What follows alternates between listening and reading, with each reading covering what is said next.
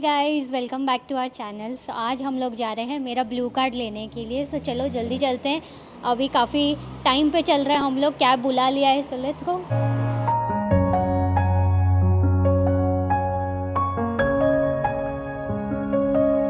काजल all set?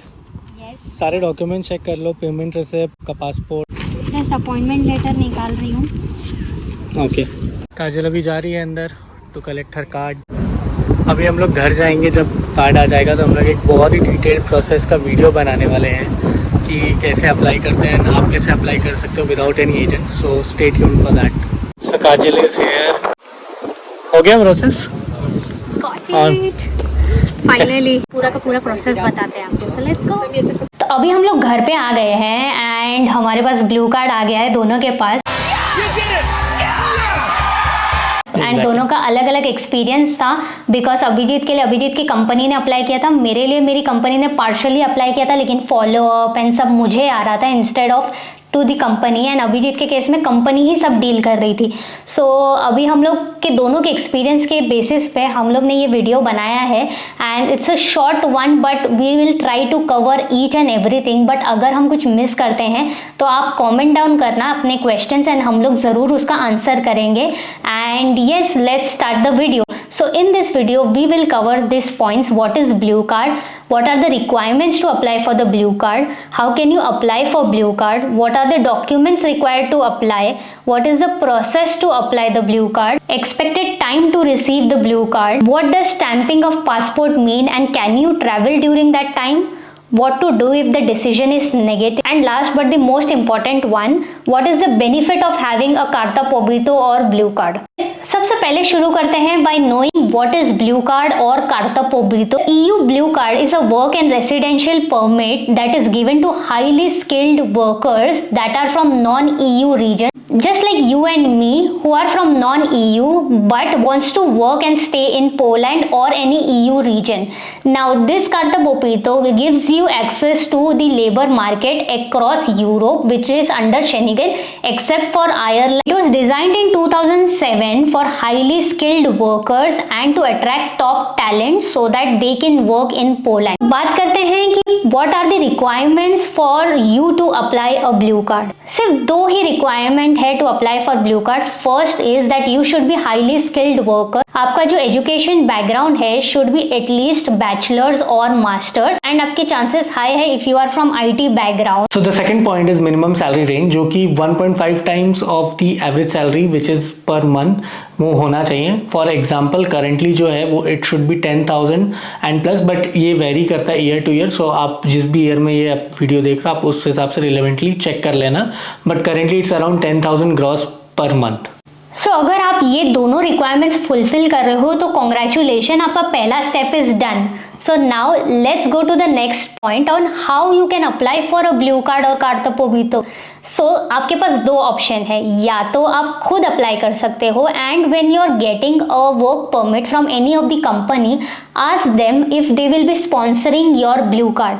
तो अगर वो आपको सारा स्पॉन्सर कर रहे हैं तो हाई चांसेस है कि it would be the second case जहाँ पे वो लोग आपके लिए अप्लाई करें, जैसे अभिजीत और मेरे केस में हुआ था. When we got the job we were told that the blue card would be applied from the company itself.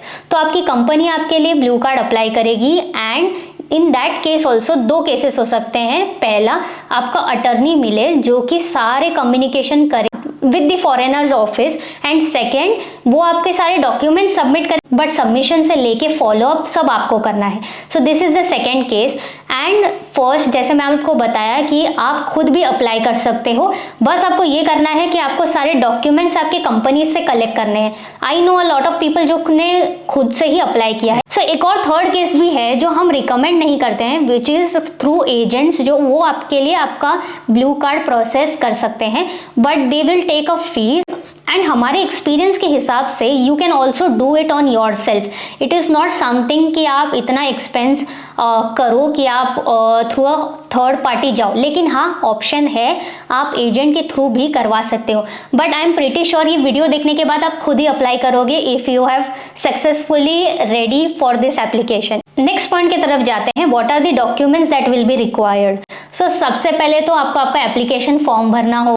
वो एप्लीकेशन फॉर्म आप उनके ऑफिशियल वेबसाइट से जाके डाउनलोड कर सकते हो। Then your documents would include passport, your ZUS documents, your KRS documents, your work contract, your work permit। And also ध्यान रखिएगा जो आपका वर्क कॉन्ट्रैक्ट होना चाहिए वो 1 साल से ज़्यादा होना चाहिए ताकि आप ब्लू कार्ड अप्लाई कर पाओ। And honestly does make sense because अगर आपका जो ब्लू कार्ड होता है वो 3 साल के लिए मिलता है। एंड ऑल्सो मैं आपके डिस्क्रिप्शन में यहाँ पे डाल दूंगी जो भी डॉक्यूमेंट्स रिक्वायर्ड है ताकि आप उनको तैयार कर सको फॉर योर एप्लीकेशन, क्योंकि अगर एक एक करके डॉक्यूमेंट्स पे जाएंगे तो बहुत लेंदी हो जाएगा। बट एवरीथिंग जो भी डॉक्यूमेंट्स रिक्वायर्ड है will be added in the description. But कुछ डॉक्यूमेंट्स के लिए आपको कुछ चीज़ों का ध्यान रखना है। सबसे पहले तो translations, you have to translate your documents that is from India और any other country other than EU, because यहाँ पे पोलिश ट्रांसलेटेड डॉक्यूमेंट ही एक्सेप्ट होते हैं। फॉर एग्जाम्पल कि अगर आपका वर्क कॉन्ट्रैक्ट यहाँ पे है so it will be of course in Polish plus English. आपका rental agreement also most preferably will be in English and Polish. But for example आपका जो एजुकेशन सर्टिफिकेट्स है, जो आपके डॉक्यूमेंट्स है, ये सब इंग्लिश में होंगे। सो फॉर दैट आपको यहाँ पे एक ट्रांसलेटर ढूंढना पड़ेगा एंड वो ट्रांसलेटर आपका पर डॉक्यूमेंट ट्रांसलेट करके आपको देगा in Polish language, which is and ये बहुत ही ज़्यादा इंपॉर्टेंट है। इसके बिना आपका डॉक्यूमेंट आपका सबमिशन इनकम्प्लीट होगा एंड आपको डेफिनेटली क्वेरी आएगी। तो मेक श्योर करना कि आप अपने सारे डॉक्यूमेंट्स ट्रांसलेट करवाओ। एंड अदर पॉइंट इज जब भी आप अपने एजुकेशनल डॉक्यूमेंट्स या फिर आपका जो मैरिज सर्टिफिकेट है जब आप इंडिया से आ रहे हो तो मेक श्योर करना यू गेट देम एपोस्टाइल, जो कि वो मिनिस्ट्री ऑफ एक्सटर्नल अफेयर्स के थ्रू कराते हैं। And it is a process. हमारे बहुत सारे कॉन्टैक्ट्स है जो इंडिया में है जो ये करते हैं and there are many big companies जो बहुत ज़्यादा चार्ज भी करती है इसके लिए, but that is very important step जो आपको करा के आना ही है यहाँ पे। बट इन सारे डॉक्यूमेंट्स का इन डिटेल डिस्क्रिप्शन हम लोग डिस्क्रिप्शन में नीचे यूट्यूब में यहाँ पे डाल देंगे ताकि it's easy for you to understand. Because अगर हम लोग एक एक चीज़ एक्सप्लेन करने लगेंगे कि फोटो का बैकग्राउंड क्या होना चाहिए तो it will be a long video which we don't want, because हो सकता है कि आपको सिर्फ प्रोसेस जानना हो एंड अभी आप बैठ के कर ना रहे हो। तो इसीलिए हम लोग सब नीचे डाल देंगे फॉर एफिशिएंट यूज़। तो आप वहाँ से पूरा मेक श्योर करना कि आप टू द पॉइंट फॉलो करो।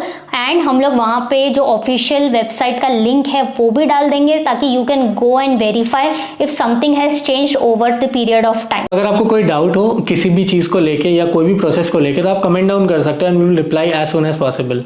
सबसे पहले हम एकदम स्टार्ट में चलते हैं प्रोसेस के, विच इज़ कि आपके पास यहाँ पे एक जॉब होना चाहिए, आप एक जॉब सिक्योर करने चाहिए यहाँ पे विद वर्क परमिट।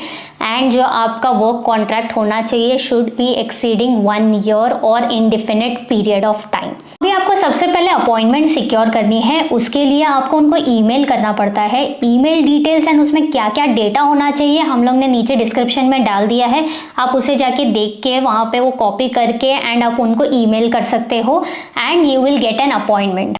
तो अब फॉरेनर ऑफिस का आपको एड्रेस मिलेगा, वहाँ पे उस दिन आपको जाना है and you have to submit all your documents. अब आप मेक श्योर करना कि आप अपने ओरिजिनल डॉक्यूमेंट्स साथ में लेकर जाइए बिकॉज वो लोग हर एक डॉक्यूमेंट वेरीफाई करेंगे। एंड ये भी ध्यान रखना कि आपको ये अपने ओरिजिनल डॉक्यूमेंट्स उनको नहीं देने हैं, they will only take your copies. And make sure करना कि आप अपने ट्रांसलेशंस की भी कॉपीज ले, बिकॉज वो लोग आपके ट्रांसलेशंस नहीं लेंगे, they will take xerox of your translations. So make sure करना कि आप हर एक डॉक्यूमेंट इंक्लूडिंग योर ट्रांसलेशंस का आप कॉपी लेकर जाइए and your original documents, they will verify each and every document and then they will take that application. तो congratulations, अभी आपका डॉक्यूमेंट सबमिट हो चुका है एंड आपको मिलेगा आपका केस नंबर। सो जब आप अपना डॉक्यूमेंट सबमिट कर लोगे वो लोग आपको केस नंबर दे देंगे एंड हो सकता है कि नहीं भी दे कुछ केसेस में, तो आप क्या कर सकते हो, आप उनके हेल्पलाइन में फ़ोन करके आप उनको अपना बर्थ डेट एंड सब बता के कि आपको आपका एप्लीकेशन नंबर चाहिए, वो बता के वो लोग आपको आपका केस नंबर दे देंगे। जस्ट टू मेक श्योर कि ये सारा प्रोसेस फ्री नहीं है and it requires it has a fees for it. So current fees जो है वो 440 PLN for the application and 100 PLN for the plastic card. So ये आप मेक श्योर करें, it turns out to be around 550 PLN जो कि government का process है एंड अगर आप ट्रांसलेशंस करा रहे हो तो उसका सेपरेट चार्जेस है। अब आपको आपका केस नंबर मिल गया है, अब आता है सबसे हार्डेस्ट टाइम जो कि है द वेटिंग पीरियड। अब आपको वेट करना है कि कब आपका डिसीजन आता है. सो अब your decision time can vary on many reasons and it depends upon the place you are applying from. So for example, अगर आप क्रैकॉव सिटी से अप्लाई कर रहे हो तो जो डिसीजन टाइम है is less than if you applied from Warsaw. So city बहुत ही इंपॉर्टेंट रोल प्ले करता है for you to get your decision, but the minimum right now is 6 months from any city. So आप make sure करना कि आप ये 6 months हाथ में लेकर चाहिए. नाउ ड्यूरिंग दिस प्रोसेस एक चीज़ आपको ध्यान रखना है कि आप फॉलो अप करते रहें. आपका फॉलो अप करने का मतलब है either you can get status through email or get status through your calling them, or you can also get status from your attorney by asking them कि what is currently happening and when can you expect the decision. but ये पूरे time के दौरान you can get queries. अब ये queries आपको email के form में आ सकती है या तो आपके attorney को email में आ सकती है asking some missing documents. तो उसमें इतना पैनिक नहीं करना है. you have 15 days for those documents to be submitted and आप वो सारे missing documents collect करिए and जाके submit करिए. so it's an easy process and don't think. And generally अगर आपके पास क्वेरी आता है तो दे इन्फॉर्म एवरीथिंग कि उनको क्या चाहिए एंड क्या नहीं. So it's pretty detailed way. Next step is कि अब आपको आपका डिसीजन मिल जाएगा. ये डिसीजन आपको कैसे मिलेगा? It will come by post. में 2 केसेस है. या तो ये पोस्ट आपके अटॉर्नी अगर आपकी कंपनी कर रही है तो उनको जाएगा, या तो दूसरा केस ये भी हो सकता है कि ये डॉक्यूमेंट आपको आए. दोनों ही केसेस में आपको पता करना है आपके कंपनी से कि किसके पास जाएगा. फॉर एग्जांपल अभिजीत के केस में उनका decision went to the company that applied the blue card, and secondly in my case I did have an attorney but it came to me at my home. So ये आप देख लीजिएगा अपने attorney से बात करके. एंड ये आपको ऐसे भी पता चल सकता है अगर आपने पावर ऑफ अटर्नी का फॉर्म साइन किया है वाइल द एप्लीकेशन प्रोसेस, तो आपको पता है कि वो सारी चीज़ें अटर्नी के पास जाएंगी, डिसीजन से लेके अपॉइंटमेंट से लेके everything they take care of it, तो वो उनके पास ही जाएगा. अगर आपने पावर ऑफ अटर्नी का फॉर्म नहीं साइन किया है तो everything will come to you, all the communications, all the relevant decision and card and collection messages सब आपको आएंगे. नाउ क्या आप कुछ कर सकते हैं for this decision to be quick? Yes, there is a process जिसको आप थोड़ा सा केस को फॉरवर्ड कर सकते हो, but you should have a genuine reason to do it. Unless अगर आपका रीज़न जो है वो जेन्यून नहीं है, वो नहीं हो पाएगा. They will take their own time to verify each and every document and then only you will get a decision. So आप थोड़ा पेशेंस रखिएगा ये पूरे प्रोसेस के साथ में. सो जैसे ही आपका डिसीजन आ जाएगा, एक और चीज़ है, अगर आपके पास पोस्ट में आएगा तो हाई चांसेस है कि ये कुरियर में जाके आपको लेना पड़ेगा, because they will drop a message that you will have to come to the post office and collect it. अब आपके पास जब डिसीजन आ गया है तो ये सिर्फ आधा ही काम हुआ है, बिकॉज आपको आपका प्लास्टिक कार्ड अभी तक नहीं मिला है. Now it normally takes 1 or 2 more months for your cards to be ready. तो अगर आपके पास डिसीजन मिल गया है, now you will have to wait for an SMS from the foreigner office कि your card is ready to collect and for you to book an appointment to collect it. तो आपको ये पूरा 1-1.5 महीना आराम से लगता है, एंड मोस्ट केसेस में आजकल 1.5 महीने से ज़्यादा ही लगता है for that card to be ready. But you will get an SMS on your mobile number कि आपका कार्ड रेडी हो चुका है. अब अगर आपके पास ये मैसेज आ जाता है तो आपका नेक्स्ट स्टेप है कि अभी आपको अपॉइंटमेंट बुक करना है to collect this card. Now ये टाइम कितना लगता है? ये 1-8 हफ्ते में आपको आपका अपॉइंटमेंट मिल जाता है एंड आप अपना कार्ड जाके कलेक्ट कर सकते हो. तो ये वेबसाइट है जहाँ पे आपको आपका अपॉइंटमेंट बुक करना है to collect your card, and वहाँ पे जाके आप अपना पासपोर्ट लेकर जाइए एंड वो लोग आपका फिंगरप्रिंट करेंगे and congratulations, you have your card with you. आपने जो फी पे किया है कार्ड के लिए उसका भी एक प्रिंट आउट रिसिप्ट लेके जाना है on the day of card collection. Yes, तो जब आप अपॉइंटमेंट बुक करेंगे वो लोग एक लिस्ट दे देते हैं कि आपको ये डॉक्यूमेंट्स लेकर आने हैं for you to collect your card. तो मेक श्योर करना कि आप वो सारे डॉक्यूमेंट्स लेकर जाए. Expected time to receive a blue card.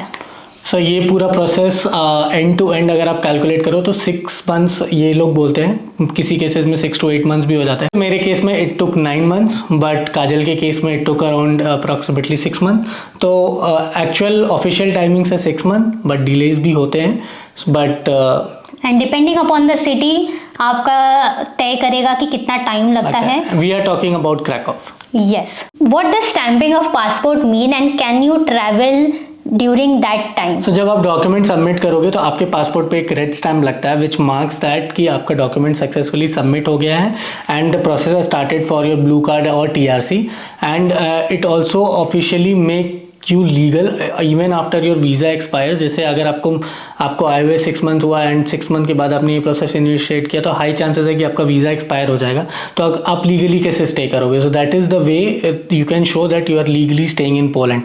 So red stamp ये डिनोट करता है। हाँ, और अगर आपके पास ये रेड स्टैम्प है तो आप विद इन पोलैंड कहीं भी ट्रैवल कर सकते हो, can not cross the Poland border. So make sure कि आप किसी दूसरे EU कंट्री में ना चले जाओ, वरना आप एंट्री नहीं मिलेगी, आपको इंडिया वापस जाना पड़ेगा।